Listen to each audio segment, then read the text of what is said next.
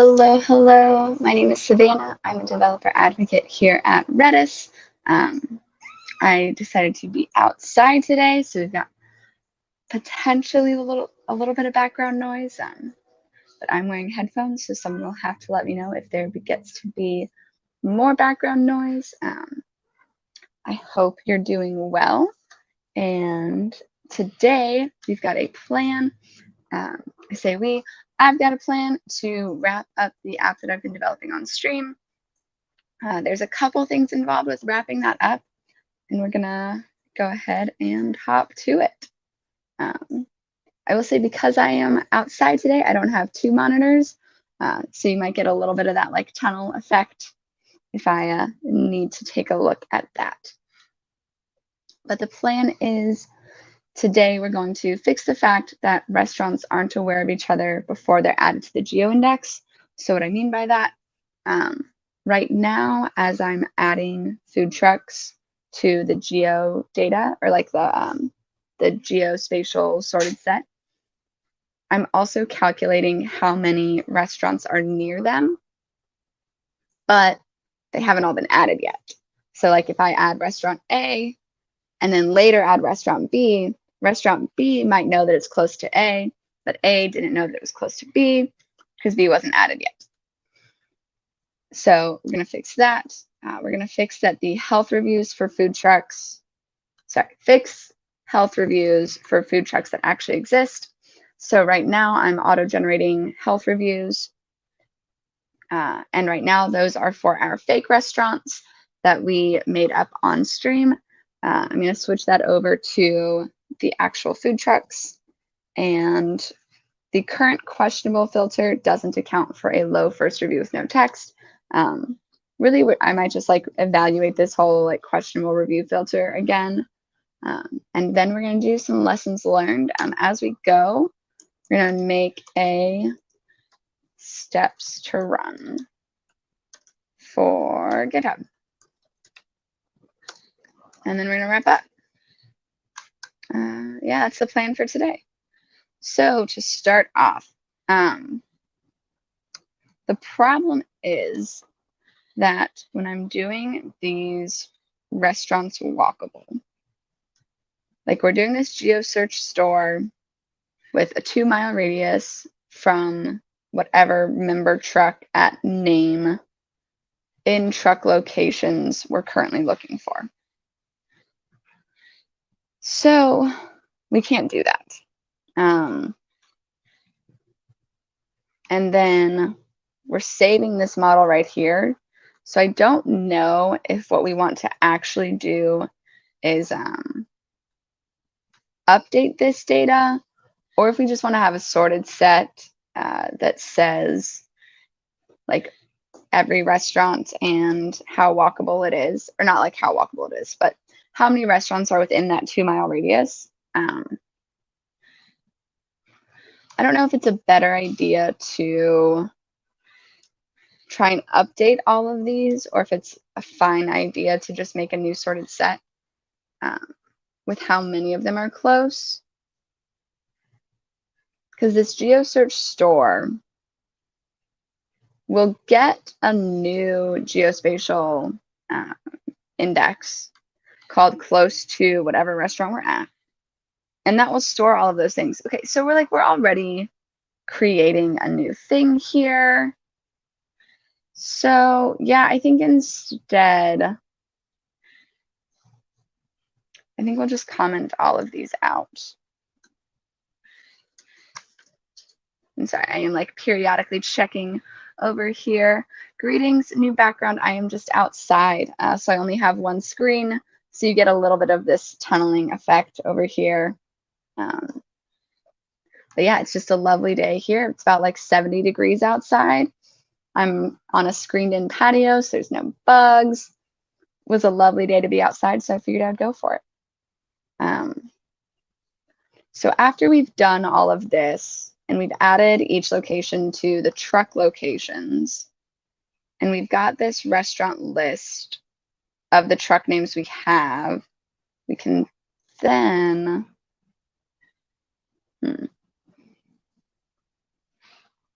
I think, so I could like read from this list again, but that's like a network call. So I think for our purposes here, I'm gonna get rid of that print statement because it's unnecessary. I know that works already. I think I'm just gonna make a little list here of truck list. That way, instead of having to go through, like actually ask Redis for our list of trucks, we've already got it. So down here, just do like a for truck in truck list. But we're going to do for food truck just because I know I haven't used that anywhere. So here with that L push, we're also just going to do a truck list dot append. Let's go N for that truck name. And then I should be able to do, we're going to do a new, I think it'll be a sorted set. So I think that's a Z add. And we'll make it this same thing. So we'll call it close to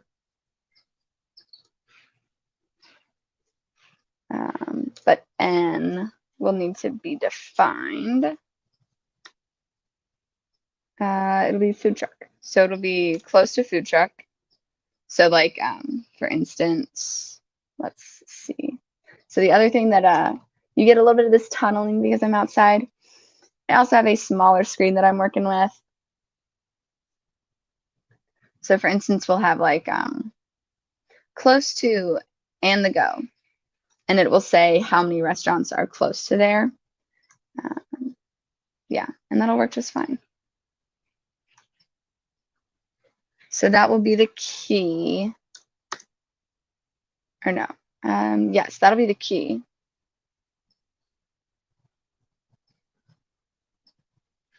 No, okay, so that's what it is. So this will actually just be number close all. No. So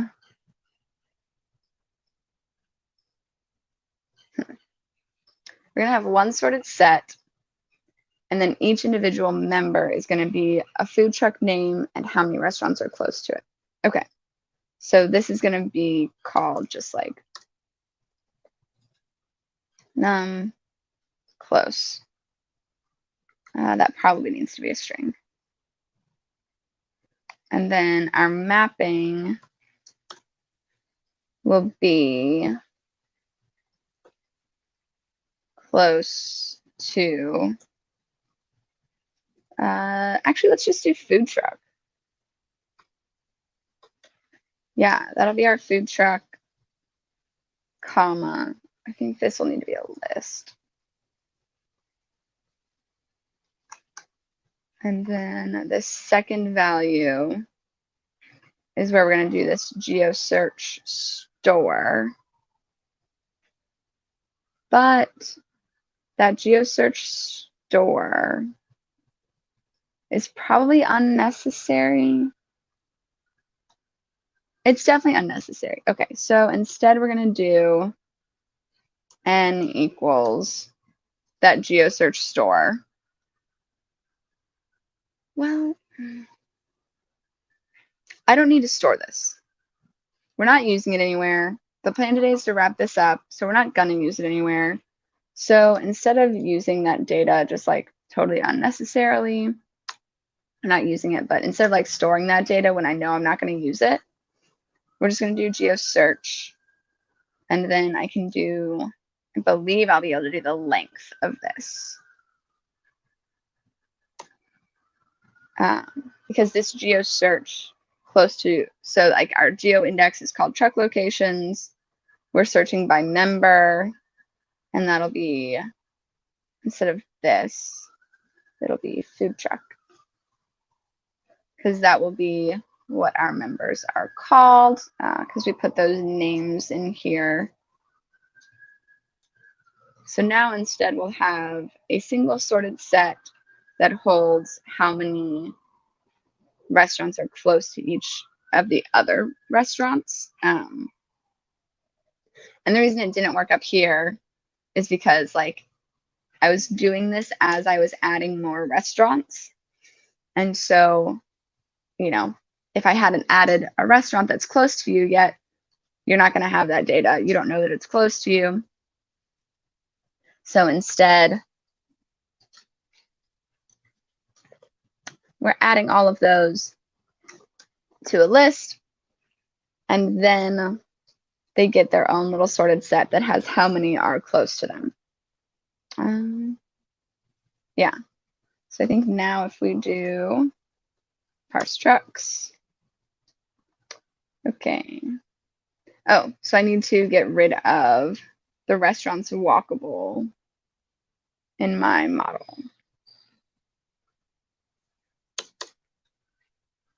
And we're just accepting for now that like, we'll get into lessons learned. But I think the main lesson learned here is that like streams of reviews for things that are sort of static data should probably have been like two incredibly separate different things. So making these models, doing this in the same sort of space that I'm trying to do all of these reviews makes it's just not quite the right like data flow model where realistically like this parse trucks, you know, it should only ever happen once. But I've done it like every time I stream at least once. So there's just like a somewhat mismatch of sort of like where I started versus where we ended up. And I mean, that's okay. You know, you live and you learn. And that's why we're going to talk about lessons learned. I'm going to write up some lessons learned while this is running. Hide that. I know it's streaming. So yeah, parse trucks. Now these food truck locations should, or like the number close, we should end up with an accurate number for all of them, just because like we're not going to try and get that number until they've all been added, as opposed to doing it as we were adding the food trucks, which, you know, logically doesn't actually work. This one is an easy one to knock out while that's running. Fixed health reviews for food trucks that actually exist. All that means is we have this produce health review.py file and this producer.py file. And now instead of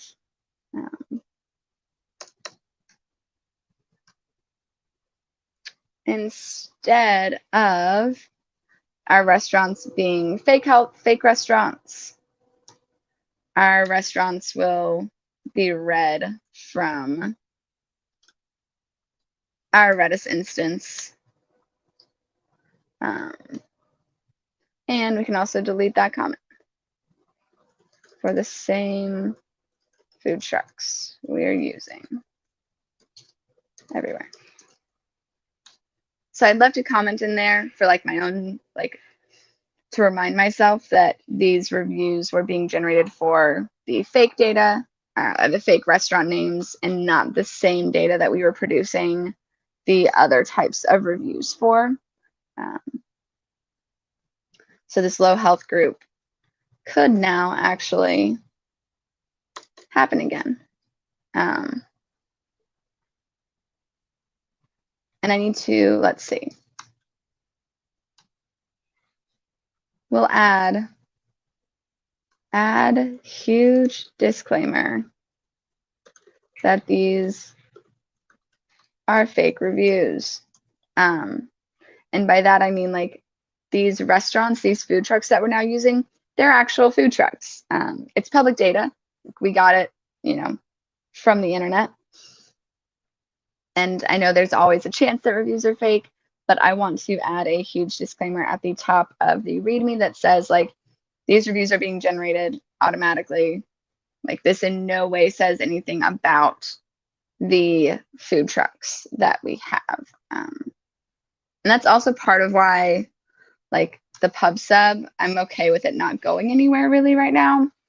I don't want to unintentionally like actually have a message anywhere that says like food truck name, like a real food truck, got a low health review. That's, not nice or cool. And it's fake data, so I just want to make sure I note that we need to add that huge disclaimer. Okay, so apparently this is not actually how you add stuff to a sorted set. I have another sorted set somewhere though. So where is my sorted set?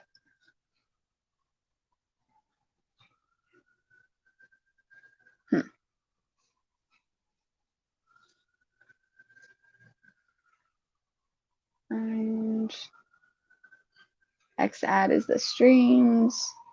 Probably in consumer group. Do I have a Z add in here? Oh, that was the wrong button. Z add.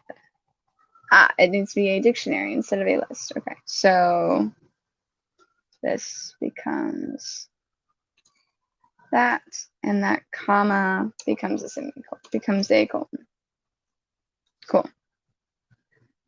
And then unfortunately, we now run that whole thing again. So, this app started with making reviews for restaurants as streams. And the other thing about that is that realistically, that data probably doesn't need to be in a stream. There are billions of people, 8 billion in the world right now. But the number of people that are like actively writing reviews at any given time, probably not enough to really justify a stream of things. Also, they're not being stored anywhere. So right now, like once a review is processed by the stream, right now I'm not like storing that whole thing anywhere. So there's no way to really like display reviews. The goal was sort of like a Google reviews-esque type thing where there was like a location and a number of stars and like some keywords. And that's still all there. But like with Google reviews, you can also just like read reviews.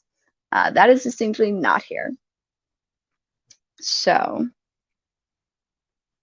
that's why we're kind of wrapping this up today and kind of doing some lessons learned and just sort of wrapping up what happened and what could go better. So stay tuned for as we figure out what I'll stream on next. Yeah. But in the meantime, don't forget to check out all of the other great Redis developer advocates who stream regularly. It is a new quarter for us, which is kind of weird. It's November, fiscal years and all that. But so if you guys are subscribed to us on YouTube and Twitch, and I'll throw those banners up later, you guys might have noticed that Justin Castilla started streaming yesterday. He is streaming about some really cool bird data that he got. So look out for that, and keep an eye out for, some other changes in our streaming schedules as they happen this quarter.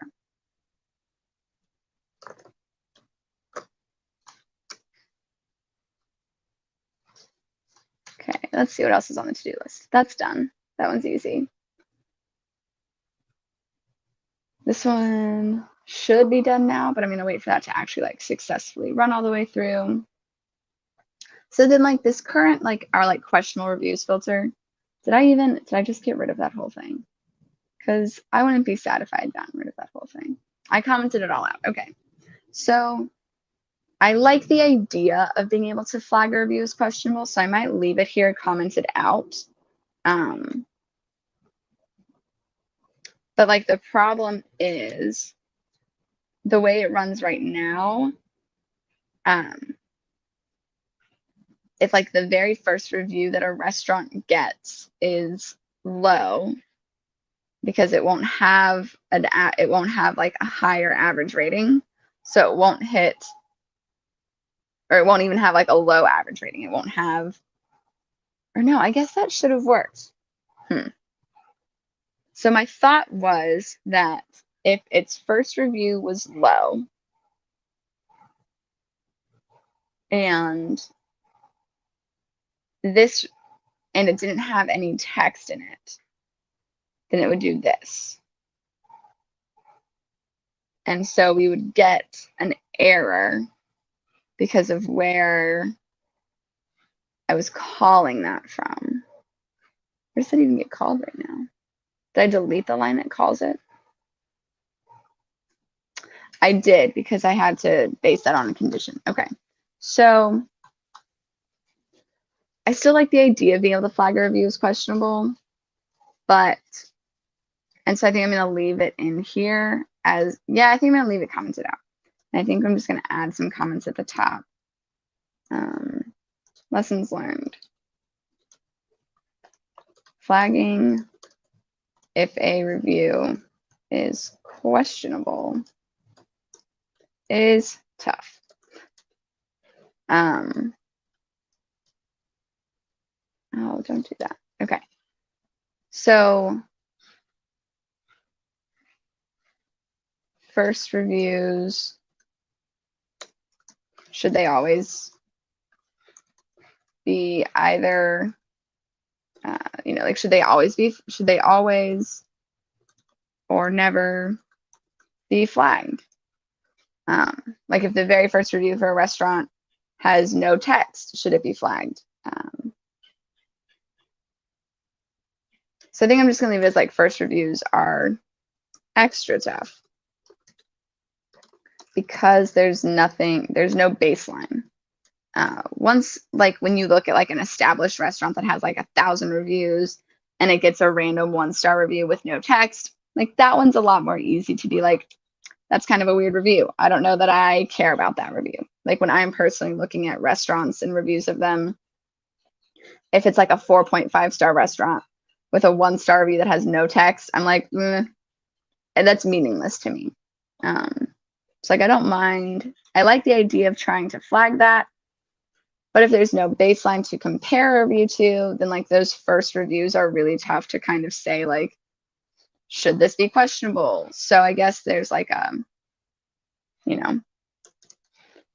should there be a minimum number of reviews before any get flagged?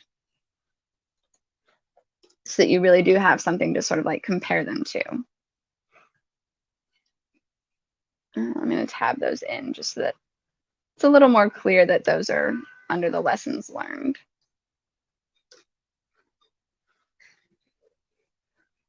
So that's sort of, I'm going to leave that as a commented out function because I do think it has a place. But it's not well enough implemented that I feel like we should leave it how it is. And I also don't know a great way to implement it. Especially since the way this all happens right now, locally for me, because I'm running, my Redis on Docker, and which means that I sometimes shut down the whole thing. Like those reviews aren't always being stored. It's like, even though we've generated, we've probably generated 1,000 reviews for these restaurants at this point. Well, maybe not these ones, since we sort of more recently added like the real food trucks. But, those don't stay anywhere. So like, if I ran this right now, well, actually, I can show you what it would look like right now. Let's see if I can do this without giving you guys terrible tunnel vision. Just drag this one up here, and we'll go 127 for Redis stack.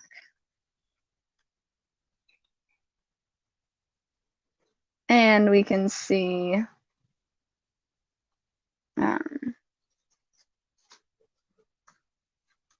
okay, so my sorted set is not what I was expecting it to be.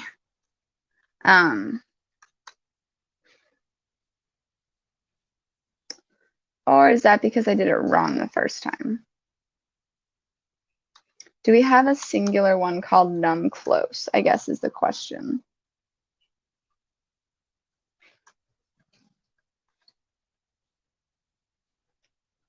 So like a walk-in chicken mobile has like 1 3-star and 1 5-star review, maybe? Num close. Okay, so we do have a singular sorted set for the num close.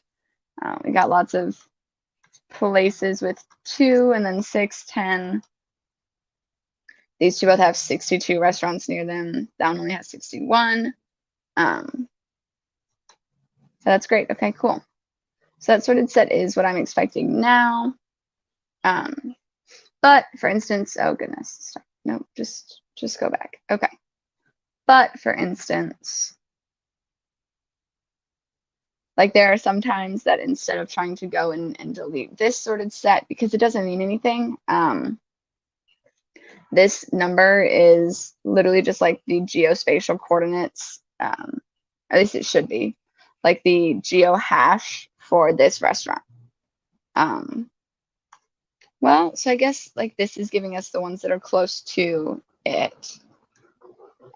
So this is the one that I was like, I'm not doing anything with this data. And so I got rid of the GeoSearch store that creates this sorted set. So, I mean, it exists, that data is there. I could do something with it, but we're not currently doing anything with it. So if, for instance, space was an issue and I was like, hey, I'm not doing anything with that data and I'm not planning to do anything with that data, for me, sometimes instead of going in and deleting all of the things that I'm not using anymore, especially with things like this where it's like all for my like sort of local personal development and learning. Also for you guys, I love it when you guys learn with me. But because this is a learning experience, not like a production experience, I'll sometimes just like trash my whole Docker container and rebuild it. It also keeps me up to date on like if there are any updates to the Redis stack Docker image, all that stuff. So eventually these would be deleted as I eventually flush out that whole Docker container. And then here's all of our truck model vendors. There's 1,021 of them, but I think that's very likely because we've run this parse trucks program multiple times now. So some of them have been duplicated. Okay, cool. So that works as expected. And then check that off. I'm gonna go and check that off. The current questionable filter doesn't account for that, but it was a lesson learned. Okay, so other lessons learned. Let's start instead with like these steps to run for GitHub. So step number 1, I'm gonna give you guys tunnel vision for just a second. I'm gonna try to avoid it. Okay. So step 1, Python 3 parse trucks.py. If you have that aliased appropriately, great. I just always run Python 3. Getting a little bit of tunnel vision 1 second. Conrad, would I recommend Redis Stack through the installing Redis Stack using the Docker container? That's how I run it. I mean, I've got like, import Redis here as well, just because like that's how you need all of these commands. So I don't know that I would say like it's installed using Redis or installed using Docker necessarily.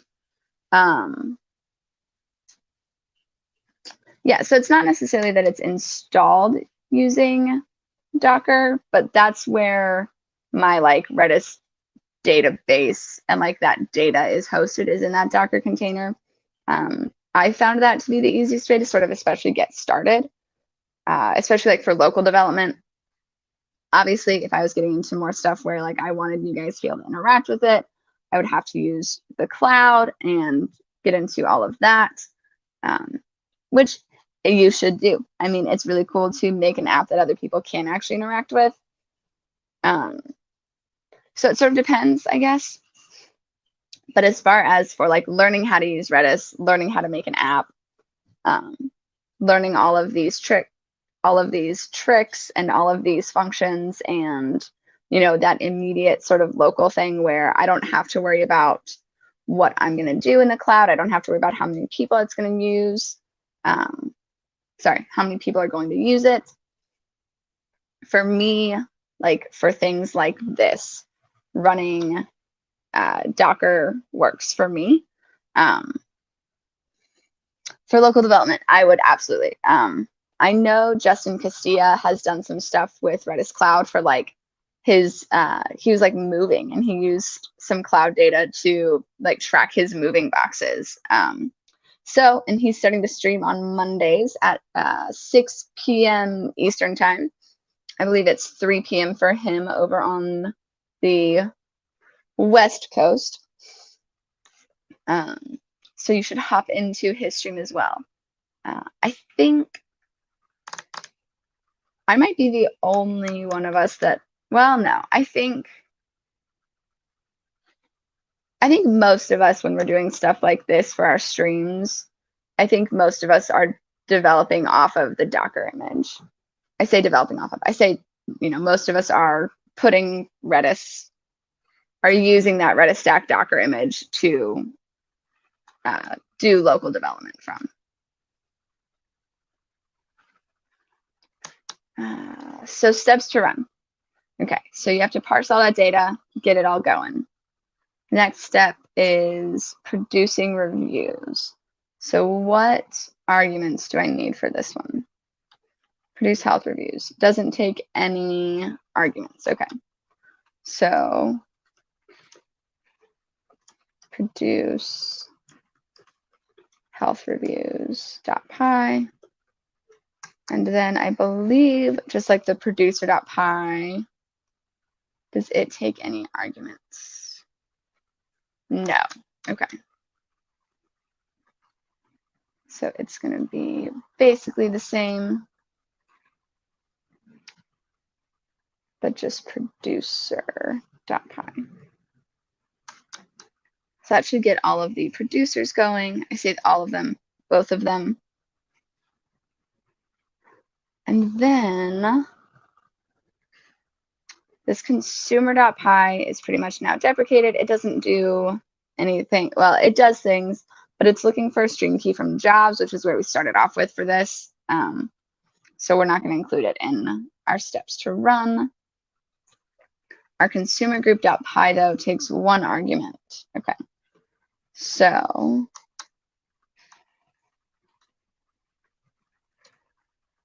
we're going to have to do Python 3 consumer group.py, and then a name of consumer.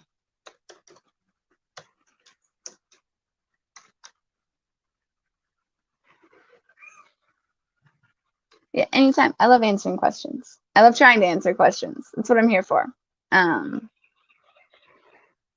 always answer them well. Don't always answer them right. So you should hop into our Discord and ask there how most people do local development. I like the Docker container. It's easy. I don't have to worry about like building anything myself.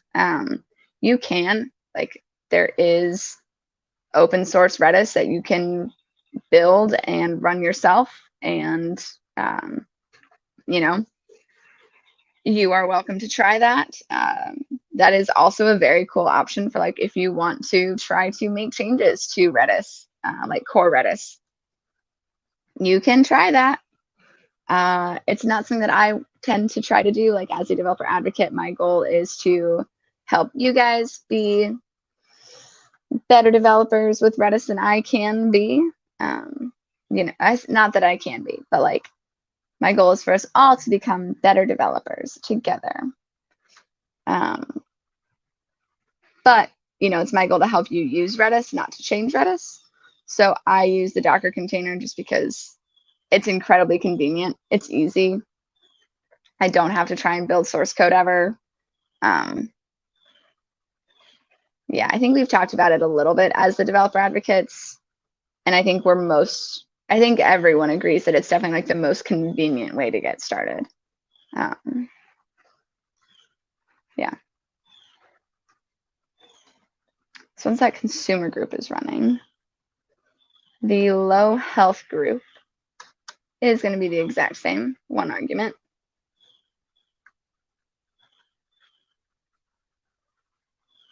But it is low health group dot py. And then the text parse group, which is cool, but I can probably get rid of this argument and make it the same.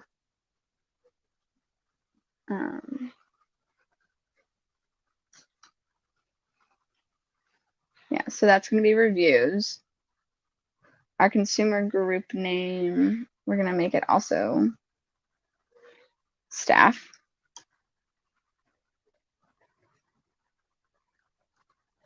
And then I'm going to make that a 1. That way, instead of trying to come up with all of these arguments and needing to know what they all do, I can just copy paste this. But instead of that, it is text parse group .py. And I believe, yeah, other than running the main.py file, which, unless it's stored in here,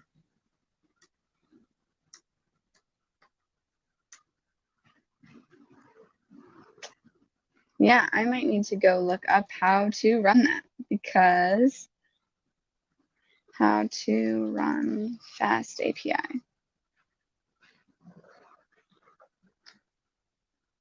I don't think I did the G unicorn one. I did unicorn. This is, yep, okay. That's, I just need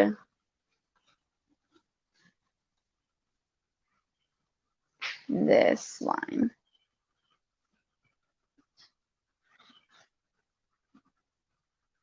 That line, okay. So this line is how, I hope. Let's make sure. Cool, okay.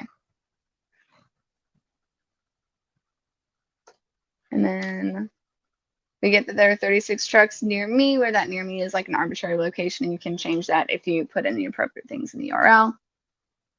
Okay, cool. So that is that. But I don't like that. Hold on. So let's delete it and then paste without formatting. Oh. Okay, well, you know, that is not the most important thing right now. But okay, that gets you started, and that's how you start running everything you need to for that app. But really, maybe I think I'm gonna move this here, because once you do that, you can, well, no, it'll go to the end.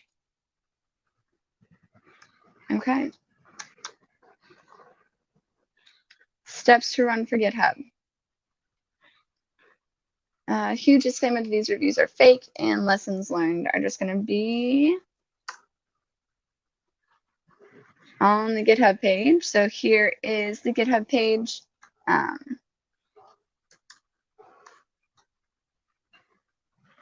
This readme.md, we'll need to update that.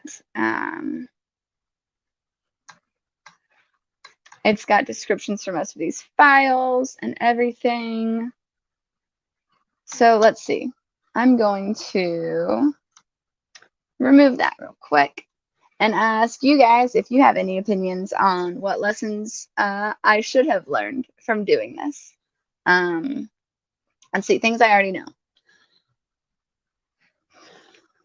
I know a lot of things, I promise. But I know that, like, running that parse trucks py as often as I did not great.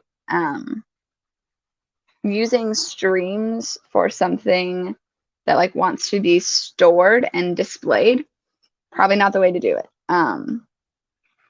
Stream data should probably be more, I mean, stream data is ephemeral in Redis. Once you get to a certain length of that string, it will start just auto chunking things off the bottom. And realistically, with it, like the Google reviews, like those reviews are all still there.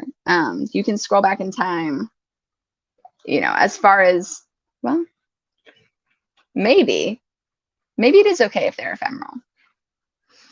It probably shouldn't be though. You know, this should probably be stored somewhere other than a stream, just because, you know, it's probably good to store everything for as long as you can. And like, I know streams can get really long, but it's not necessarily, like, it's not necessarily that you have too much data. It's that that stream has too many entries. So usually when you're talking about only storing as much as you need, it's more about your data gets too big and then you want to store sort of like aggregations of that data. With the streams, because it's just like the length of your stream, you end up just always chunking off the oldest reviews. And that's really probably not what you're going to always want. I learned what geohashing is and like how to use Redis Geo. And then I also, you know, sort of learned how that interacts with the Redis OM library for Python, and that trying to use those two things together might not be super seamless. And yeah, I mean, it's a lesson we learned. What do you guys like to see on a GitHub page for an app that you're trying to run? So I'm going to add that whole, like, here are the steps to run it. Here's where you start. Here's what each file does. Here are the arguments you need. And then I think that might be it. If you guys have anything that you think we should stream about next, if you guys are super interested in Bloom filters, if you guys are super interested in search or JSON, check out some of the other streams that we have planned. I know Justin's stream right now is called Did Birds Dream in JSON? So he's definitely going to be doing some stuff with that. But yeah, I think realistically, as far as this wrap up goes, it's just going to be me typing up a couple things into this GitHub README that I want to format better than I can do live. So I'm going to go look up some Markdown tips and tricks for how to do lists, how to do headers and all that in Markdown, just because I don't know how to do that. But you guys don't want to watch that. That's boring. So yeah, I think the only things left to do for this app are to wrap it up. And I'm going to do that off camera. That way I can do good Markdown. Yeah. So I think our streams in, I think stream a little stream. I think the stream is over. Not like right now, but like the stream a little stream where we're streaming about an app based on streams. It's done. It's sort of finished. Interested in machine learning? Me too. Machine learning is super awesome.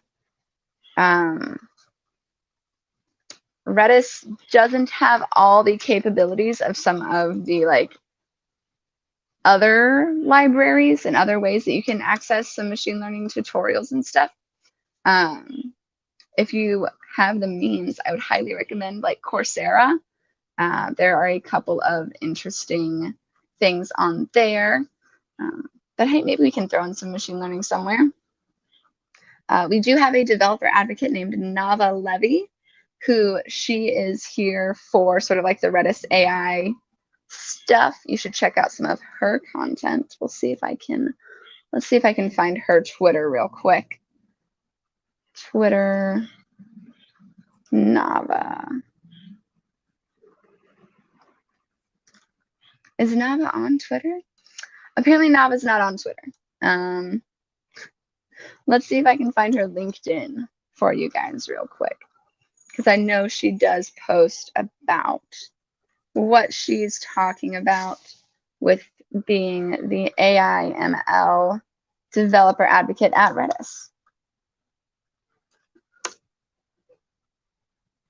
I just posted that in the chat for both Twitch and YouTube, so you can check out what Nava is up to. She does a lot of talks. She gives more like in-person, like conference talks about stuff than I do.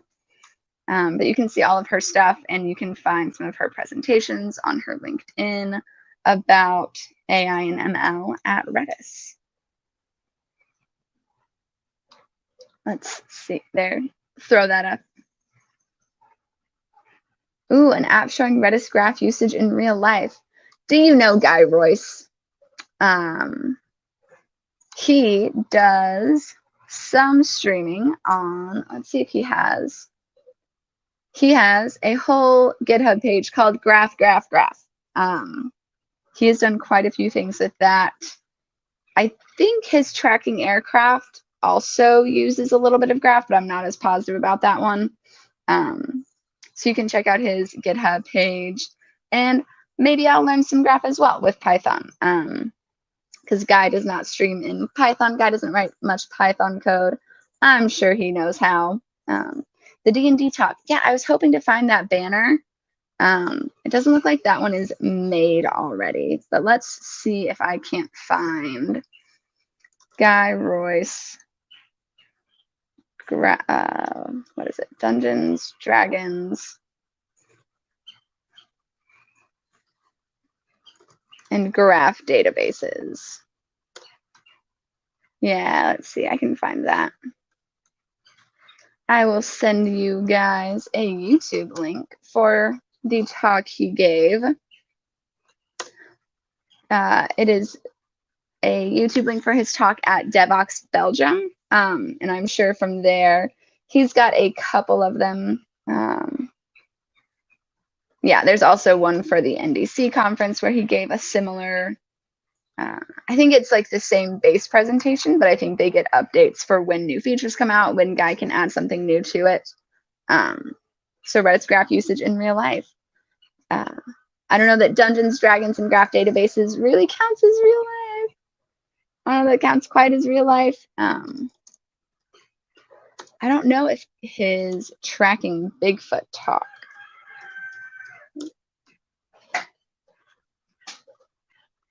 Let's see. Tracking Bigfoot with Redis and geospatial. Okay, so his Bigfoot talk does geospatial, but I don't believe it does graph. But yeah, a lot of us developer advocates have a few things out. I will go and post his blog post, though, for Redis and geospatial data. If you've been here for every stream, you will probably have noticed at some point that I went into Guy's blog post to look at the commands for Redis Geo. Sorry, I'm laughing. I don't know if you guys can hear the rooster. But,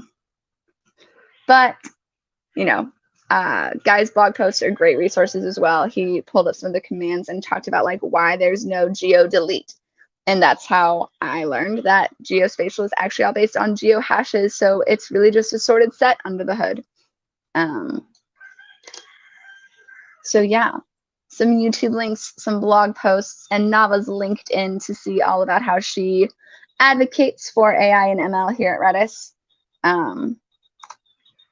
Yeah, the rest is going to be me. The rest of this app is just me fixing this README and making sure that everyone who stumbles across it knows that these reviews are not real reviews. There's one last link for you guys. This is the Streams app that I've been working on. That's the GitHub page for it. If you really want to see anything else added to it, you should open up an issue. You can develop on it if you want to. If you guys open issues, I might keep working on it. I might work on it off stream and post updates on Discord, where you can join us at discord.gg/Redis. The developer advocates, as well as quite a few thousand community members, will try to answer your questions as best we can. Yeah, but I think I've learned everything about streams that I really wanted to learn on stream.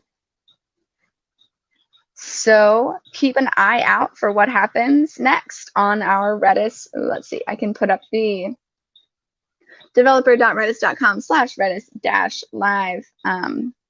There you can see like our generally scheduled regular streams and when and where those are happening. You can also follow me on Twitter, Sav_Noram. You can follow Guy Royce /Guy Royce. Do I have Just Castilla as well? And S. Lorello all stream. Do I not have? I don't have Simon's. Do I have Simon's Twitter? I don't have Simon's Twitter. Let's see if I can find it though, because Simon does some pretty cool streaming on Internet of Things. He does a lot of stuff with a Raspberry Pico right now. He's doing some stuff with lighting and what is it that he just started doing? It's this thing called like cheer lights, and you can just like tweet at this account and they'll like make you you can check it out on his Twitter. He can explain it a lot better than I can. At twitter.com/Simon_Prickett. You can like tweet at this Twitter account and they'll change global lights worldwide. I don't know if it's like one per tweet or what, or how you get like effective changes on that. But Simon is doing some stuff with that and his Pico and Raspberry Pi development and some other general Internet of Things.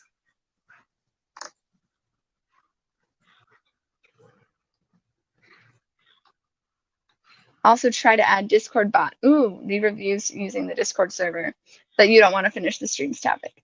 Me neither. Oops, didn't mean to click that again.